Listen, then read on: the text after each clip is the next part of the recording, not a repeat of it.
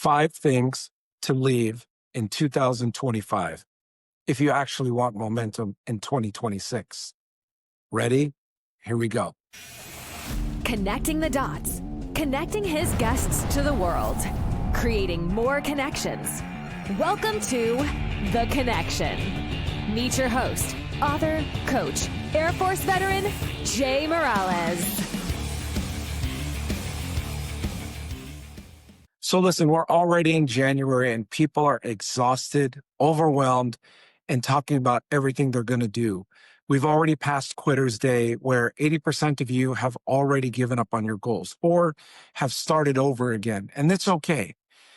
But we overcomplicate things, and people are having all these journals and all these 141-point plans. Let me just share with you. Here's the truth. Most people don't need another plan. They need to stop carrying habits. You're carrying habits that are killing your momentum. You need to actually stop these habits. And if you stop these 5 things, it will open up the world for you for so many other things that you want to start doing. It's easier to break a habit than it is to form a new one if you have the right system, if you have the right accountability. Remember, undoing a habit is not like trying to learn a new skill. And you can disagree or however you want to put it, but let me break this down for you. This is not about new goals. This is not about new planners. It's not about AI and how it reminds you. This is not how to set your iPhone to automate things for you. This is not what this is. It's about removing excuses. All right, so are you ready? There's going to be 5 things that I'm going to be going through that you should stop. Number 1, busy. It's a filler word. It's avoidance. Busy is a reflex answer where people they answer busy because they don't know anything else to say. Well, it's because your mind's such on autopilot that when you run into other people, you really have nothing to say. It's a shield. It kind of encompasses a lot, you think, but don't you know when people say, "How are you?" "Oh, I'm busy." "Yeah, me too, busy." You're not exchanging anything but filler words. You might as well go, "Hey, hey, hey." That would accomplish more, right? It's a way to avoid clarity as well. When someone asks you, "How's it going?" you answer, "Busy. It's just been crazy. Man, it's been nuts." It's almost the same. So next time you're around people observing, listen to them when they say, "How's it going?" Busy doesn't tell anyone what you value, okay? Doesn't tell anyone what you're building or what you're protecting. When people say they're busy, what they really mean is, "I haven't decided what matters most." Hmm. Instead, you should replace busy with, "I'm focused on a new priority," or, "That's not something I'm working on right now," or replace with silence, right? Just think for a second and then reply. But being busy isn't always productive. I know what you're trying to convey. You're trying to tell people you got a whole lot going on. Name a few. I'll give you an example. Let's say that your kids are both in basketball and you show up and one parent says, "How's it going?" "Oh my gosh, starting these new businesses has been so busy. It's been hectic. It's been chaotic. I just have no time." That doesn't do anything. Doesn't exchange any value. Instead, maybe answer this. "You know what? I've started a new franchise and there's 2 things I'm really working on. I'm looking for new employees and I'm looking for a CPA." Chances are the other person on the other side might go, That's interesting. I didn't know you had a business." Chances are they might know a CPA. Chances are they might know some employees. So the exchange, every interaction is a opportunity for something good to exchange. Now, it doesn't have to be one up. You don't have to tell people, "Oh, the Corvette I just bought." That's not what I'm talking about. I'm talking about making every interaction meaningful rather than just using the word busy. Um, you know, this is another word, number 2, where people are, "Oh, I'm grinding. I'm so fatigued. Oh man, I'm just hustling. It seems like I can't catch up. God, I'm exhausted." Or I'm neglecting myself, or I'm sick, all these things, right? This is where you go hard. Talking about how tired you are isn't discipline, it's a warning sign to you. You may not be happy with what you're doing. We're all busy. But when you convey that you're just grinding and you're fatigued and you're sick and your back hurts and I can't figure this out, I start tuning out. I start drifting off. And I want that conversation to end sooner than it started. So when you hear people saying, "Oh, I'm exhausted. I'm sick again. I'm running on fumes. I'm surprised I'm still alive." That's not hustle. That's mismanagement. And here's the truth. Um, this isn't about work-life balance. It's about self-respect. Oh, I'm going to balance my work life and I'm going to balance my work and my home life. No, it's about respect. You can hustle and grind at both. You can work hard on both. One doesn't have to suffer for the other. Although there is no work-life balance, there are priorities. There's prioritization. What are you prioritizing right now? I can't be with my kids during these hours, therefore I'm prioritizing work. When I'm with my kids, I'm not going to bring work in because I'm with my kids. I'm prioritizing my kids. If your life requires you to destroy your body to keep up, the problem isn't the workload. It's the system. Or maybe it's your body, or maybe you weren't cut out for this. So here's a great example. Let's say there's a salesperson who just started out and they started a new job. And this person's got great questions, right? Hey, how do I? When do I? That's perfect, right? They should be inquisitive. But there comes a point where you've been doing this for 3 years. Let's call it cell phone sales. And you're still asking people, uh, what do you do if a customer wants to switch from another cell phone company? What do you do if they have an iPhone and they're telling you? What do you do if they have an Android and you do? I mean, you've been in this for 3 years. Your questions should be about systems and processes, not about basic things that are elementary. But if the career that you are in is getting so hard that it's destroying your body and your life, perhaps you are not fit for that career, or the systems that you should be using are missing. So you got to really watch for the grind. Stop saying, number three, stop saying, I don't have time. This is where time plus phones plus honesty will collide right here. Just stop telling me you have time. I've got the same 24 hours you do, okay? But there's many reasons that lead to lack of time or not enough time. Truly, when you say yes to everything, everyone has time. Few people audit their time. Where is your time going, right? If you wrote down on a hour by hour schedule of everything that happened in the day, you just got to be honest with yourself. Were you grinding the entire day? Probably not. Were there distractions in there? Yes. Were there people interrupting you? Yes. Did you interrupt yourself? Yes. Did you have no expectations of yourself that day, so you just woke up and let the day happen to you? I can't emphasize this enough. When you let the day happen to you, nothing will be accomplished. You'll be on everyone else's agenda. Um, People who usually say, I don't have time, they doom scroll on their phones. When someone says to me, I don't have time, I almost feel like saying, give me your phone. I want to look at the screen time and let's see how much time you spent on TikTok or MySpace or Facebook, whatever. People who say, I don't have time, say yes to everything too, because they're they're face to face and they're like, Jay, could you? Yes, that sounds great. Instead, try this. Jay, could you help me with this? Or Jay, would you like to be in this event? Or Jay, would you like to join us in this parade? You know what? That sounds exciting. Sounds fun. You always do fun things. Let me make sure I have the bandwidth to commit to this. Would you mind if I checked back with you later? It's 3 o'clock right now. I'll let you know by 7 p.m. tonight. I think that's fair. That's more than fair. That's clarity. And guess what? If 3 hours later the excitement is gone and the feeling of thrill is gone, do I really want to do this with this individual? You'll be able to say, Hey, you know what? Appreciate you asking me, but I can't. That's it. No need to over explain. I next please keep me in mind for next time. Or no, I don't have time to do that. If you have to over explain yourself, then you're either doing something very disrespectfully or there's no real relationship there anyway. So just really be honest and take your time. People never look at their calendars. I know that I'm guilty of this.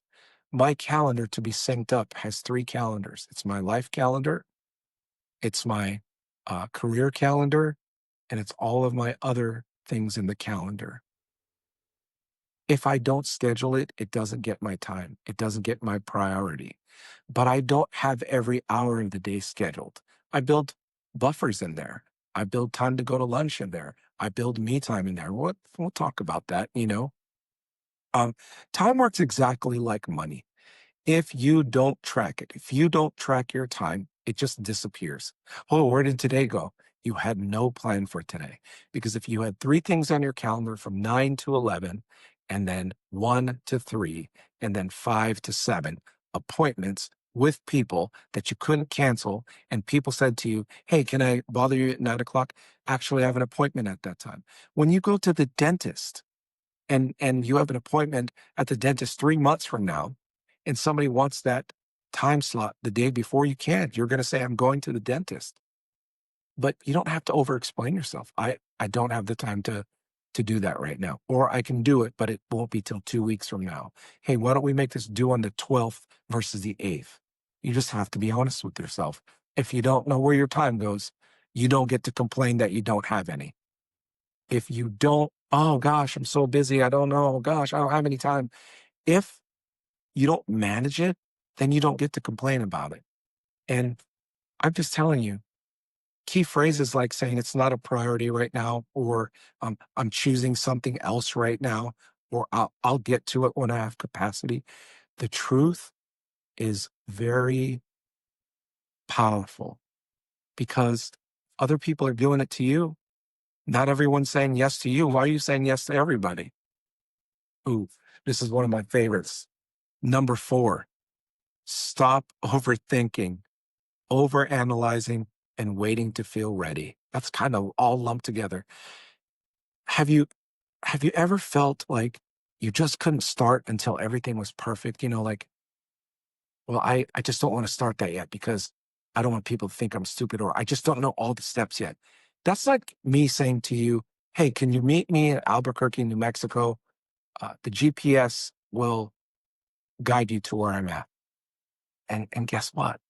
Some people will be like, I don't want to leave until all the lights are green. I'm so worried about the rain and the sun, and I'm worried about the nighttime. I'm worried about what hotels. Like, that sounds silly. But if you just plan, you won't overanalyze, but you can't overplan. I will tell you that analysis paralysis kills more ideas than failure ever will. How many ideas have you not tried because of overanalyzing? How many times have you played something through over and over and over in your head and you never started? You never gave that answer. You never made the suggestion because you overthought it. Momentum dies when everything has to be perfect. I promise you.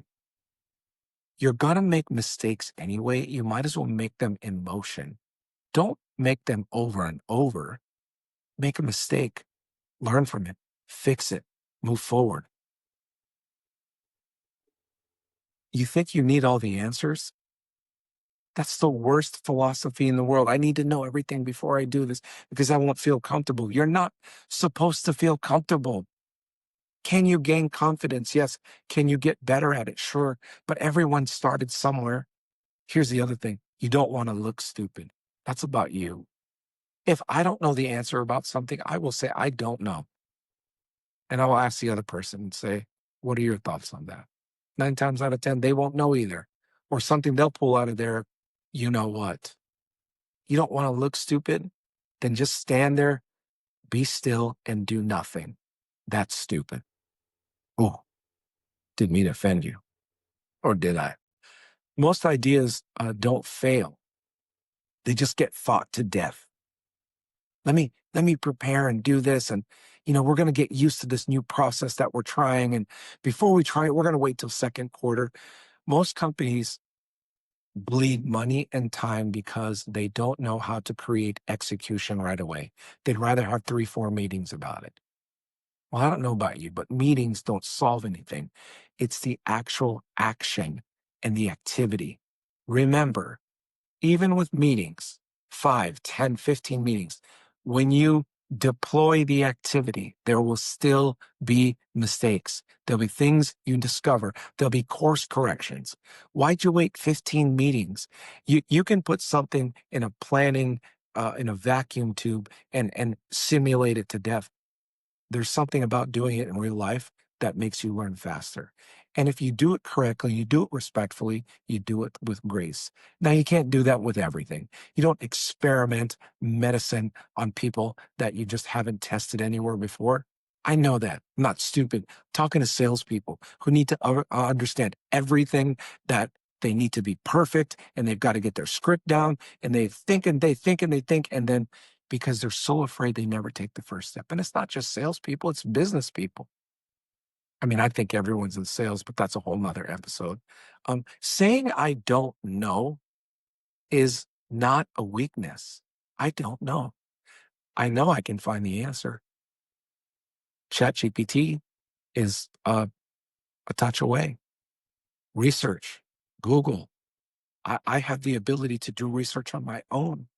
So while I don't have the answer in front of you, I hope that you respect enough that I can get you the right answer. And if you look at most things where people get trapped as they fall too hard for something that they want to know about and they really don't know about it, and people start challenging you and you dig a hole deeper and deeper and deeper. If you don't know, just say you don't know. Get back to people. Um, Honesty, you know, is saying I don't know, and that's responsible. Because if you mislead people or you go down a rabbit hole and you die by an idea that is not vetted, it's just going to blow up in your face. I've never lost a friend saying I don't know, but I've lost an argument saying I know and I was wrong. So keep that one, top of your mind. Let me get you the correct answer. When someone asks you something and you don't know, let me get you the correct answer. They'll at least say to you, okay, this person has some determination or some autonomy enough to say they don't know, but it's not negative. Okay. Stop pretending the certainty that you don't have. I just covered that. I am very hard headed.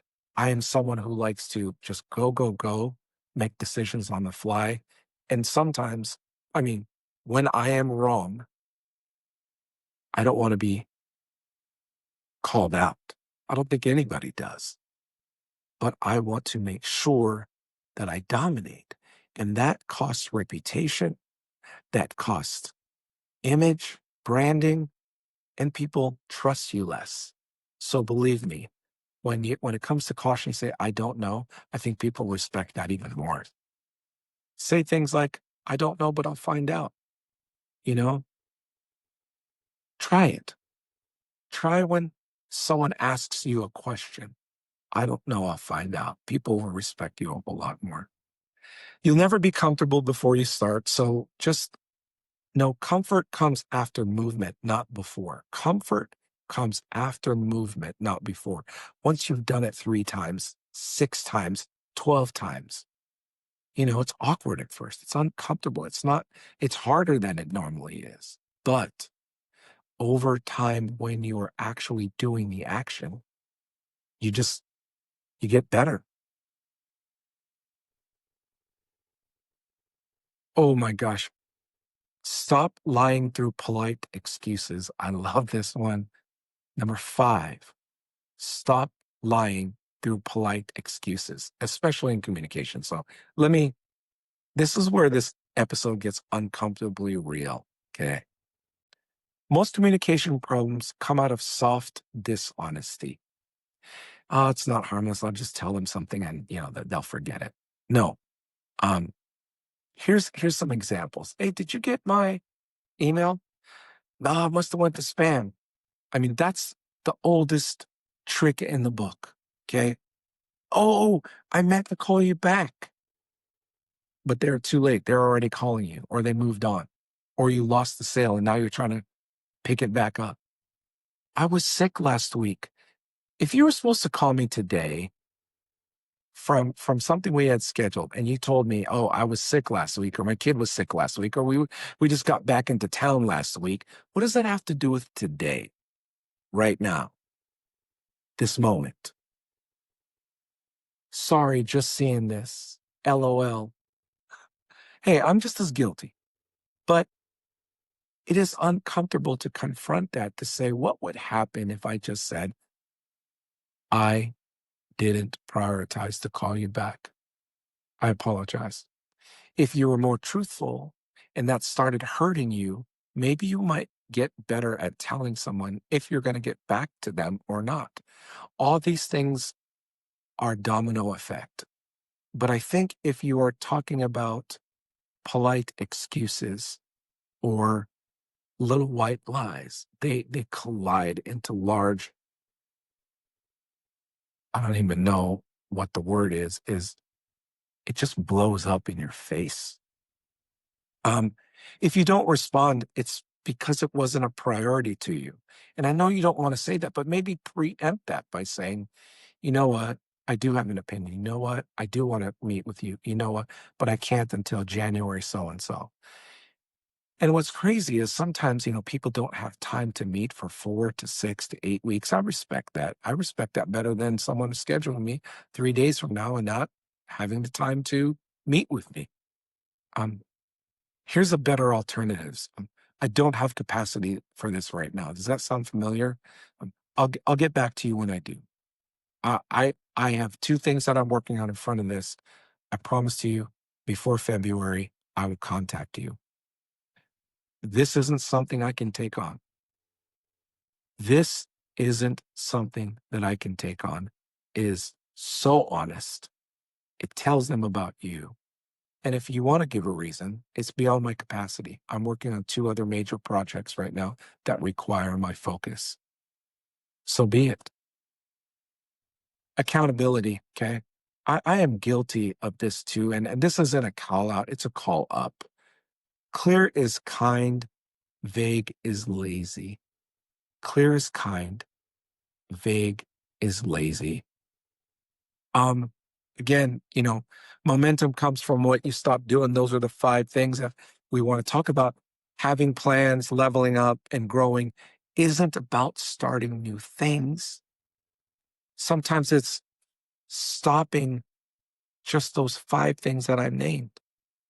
I am guilty of them too. But the more I recognize and the more I try to eliminate one or two of these things, it's going to create more capacity. It's going to create more time. It's going to create more truth. It's going to get me unstuck. So here's a quick recap of the 5. Are you ready?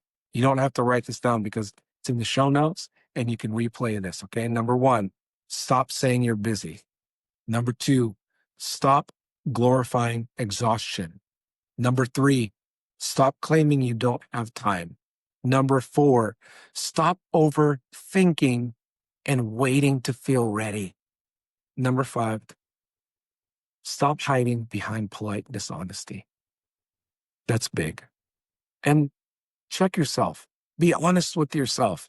If you are truthful, this episode will do more for you than any goal list ever could.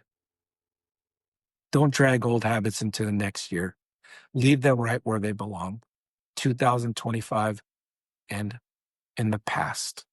Let's move forward in 2026. And this is not about new goals, new life.